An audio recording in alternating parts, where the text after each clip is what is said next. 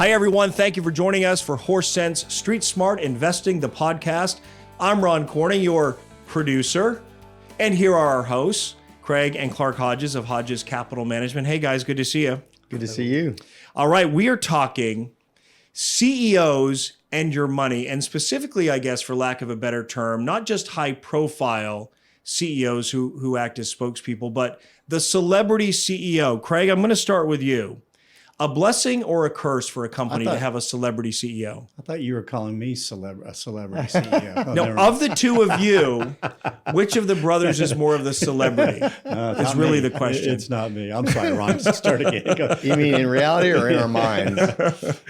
What do you think, Craig? Seriously, though, when you look at that issue of here's somebody who's really gaining traction, not just for what they do with the business, but for who they are. Yeah, it's a double-edged sword. I mean, when Elon Musk could do no wrong, and he's the smartest man ever on the planet, you saw people just jump on whatever he would do, and they just want a piece of that. And so that obviously plays very much into the success of Tesla and the things that he's been involved with. When he starts alienating part of his base, or what some would call his base, or part of half of his base, I guess, it's an issue because all of a sudden people that thought he was a hero now don't like him. And so do they sell their shares? Maybe.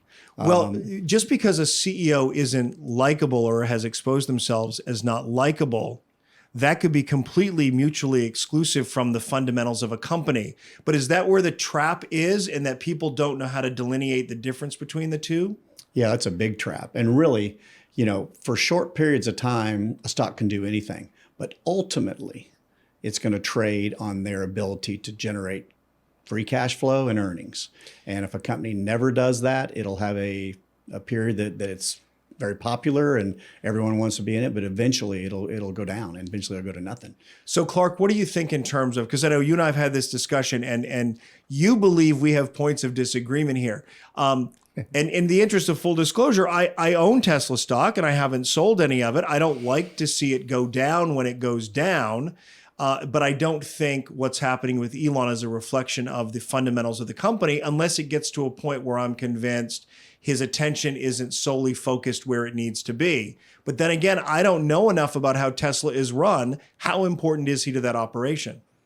Well, I think he's very important to the operation, probably not as important as he used to be when he founded the company.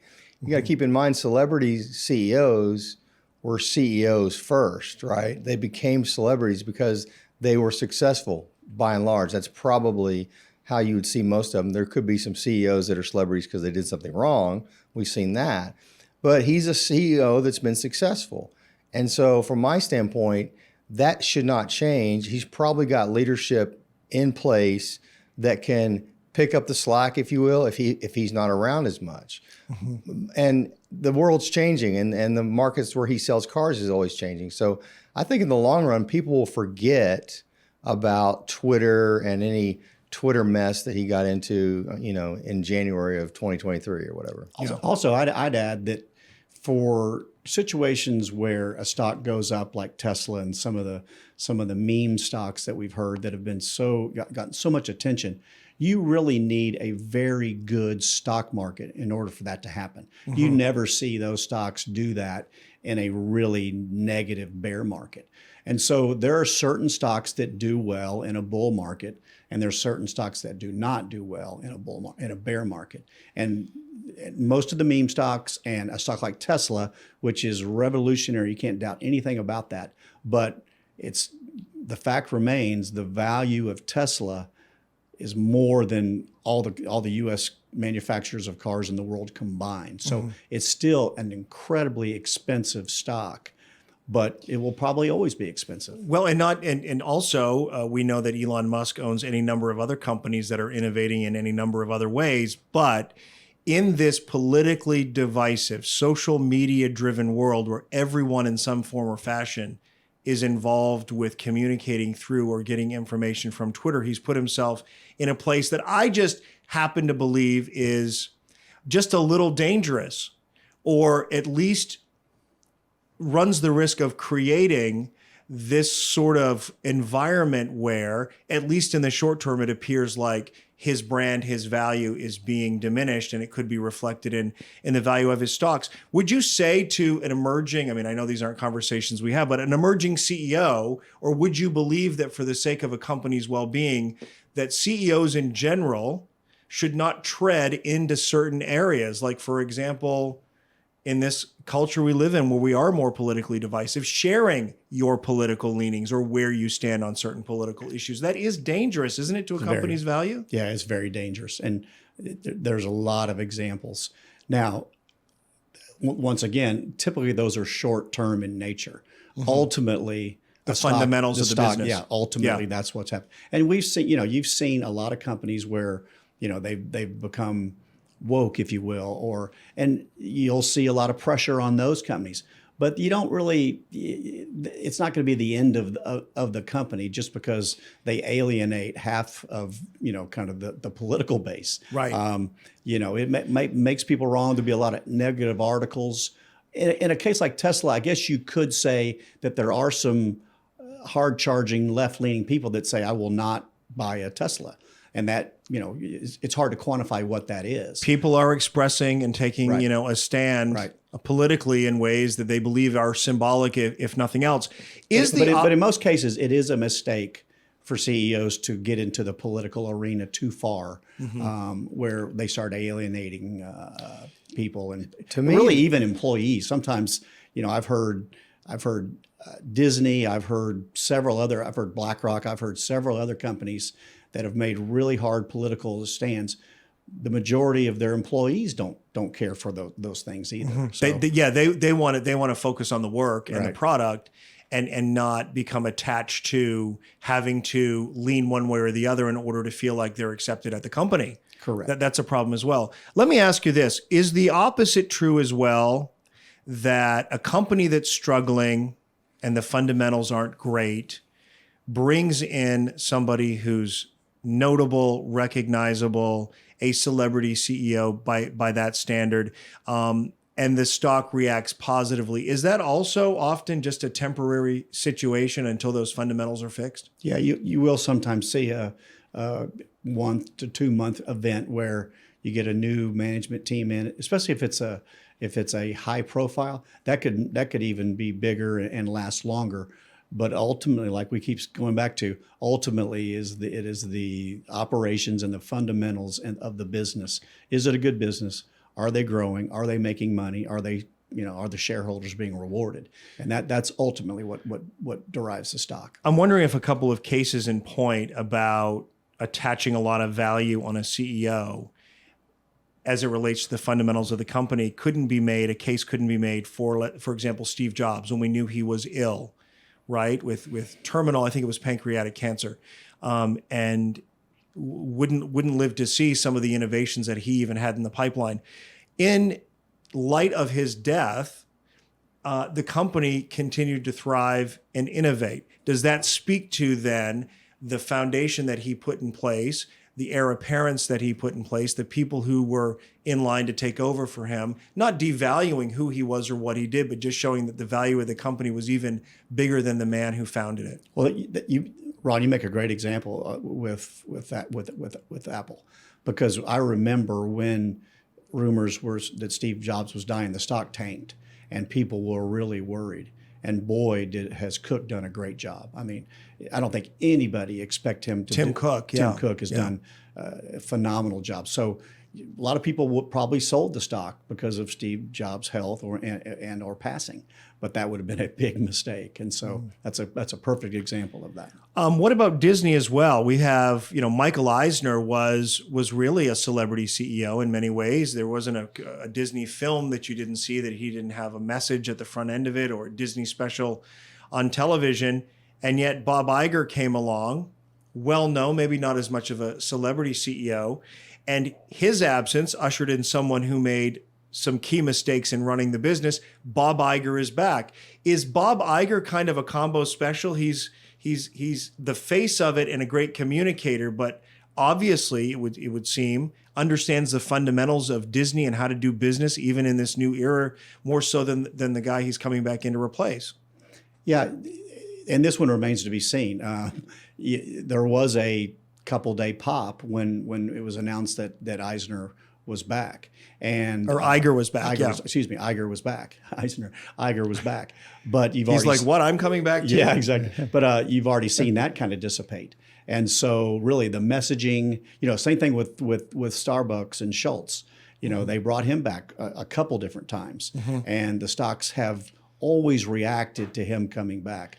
But I know I'm saying the same thing over and over again, but ultimately it matters what happens in the business. No, I think we're just reinforcing the point. Yeah. And that's important for people to reinforce the point or to put what's happening with Elon Musk in context. Although I have to say, I believe that he is representative of a whole new thing we've never seen before. We've never seen someone like him in many ways. He's innovate. very unique. He's very unique. Innovate the way he has. Yeah. Have the impact he had on cryptocurrency. Now have the impact he's had not just on how to run a business, but or who he is as a business person, but the way in which he might proceed with Twitter or not. It kind of gives you a sense of how it can rile people up on social issues. I mean, that's very different than other CEOs. Like Lee Iacocca was the head of Chrysler, correct? Yeah. And was out there in front and became their celebrity CEO. But he never said, I'm going to venture over here and become the editor of a newspaper, and which would have been the equivalent, I suppose, of Twitter at the time, right? Like a newspaper, a place where now people can sound off and share views. And I'm going to get involved in a free speech business as opposed to making cars. It's interesting to me, and I may be going off script here, but it's in the Musk example we're talking about. It's very strange to me to see Musk being portrayed like he's being portrayed in the media, because I don't think there's anybody a year ago or even 6 months ago in the right side of the political that would have claimed him as theirs. You know what I'm saying? I mean, this is a pot smoking hippie, if you will, kind of marches to his own drum. But there's not much that you could say about him that's right wing. But yet now he is being portrayed. So it's interesting just how that can change. I mean, that to me, that's very interesting, how somebody that was beloved by so much on both sides now has been kind of cornered in an area. But you know what, though? I think we're agreeing when I say this. We're just seeing it a little differently. I wasn't shocked because I saw him as an unpredictable. We didn't know enough about him to know enough about him. He's unpredictable in nature, and that has lent itself, I think, to him seeing the world so differently that he's been able to innovate. But that doesn't mean you're right every time. It doesn't mean that you are immune from making. And you're not going to agree with somebody every time. He's kind of a libertarian. He kind of, marches. That's to his what own I drum. feel, and leave me alone, and this is what I do, and I think he has contrarian views from time to time, and sometimes is persuaded to change his mind. Yeah. I don't think we've seen this play out in its entirety. Do you, Clark? No, I don't think we've seen it played out in its entirety, but I do think it's important to look at his history. And it's hard to believe that so many people are mad at him when what he's done for humanity in all of his businesses, SpaceX, power, electric power, and then cars. And electric cars, it's good for humanity.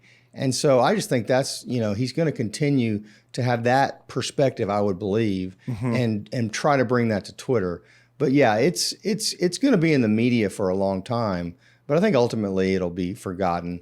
He'll probably take Twitter public someday, and he probably will make it profitable. And that's something that's obviously been hard to do. And you guys will be looking closely at that, thinking, is this an investment opportunity for our clients? And do they want to invest, or are they investing based on how they feel about where he stands at any particular time politically? So interesting conversation. Thank you guys, as always. We have a new segment now called Craig Off Script. That's coming this season. won't be the last time.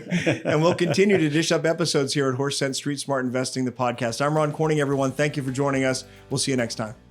To learn more about the topics we covered in this episode, visit hodgescapital.com. Continue the conversation on our Facebook page. And listen and download this episode and previous episodes on Apple Podcasts and on all other podcast platforms.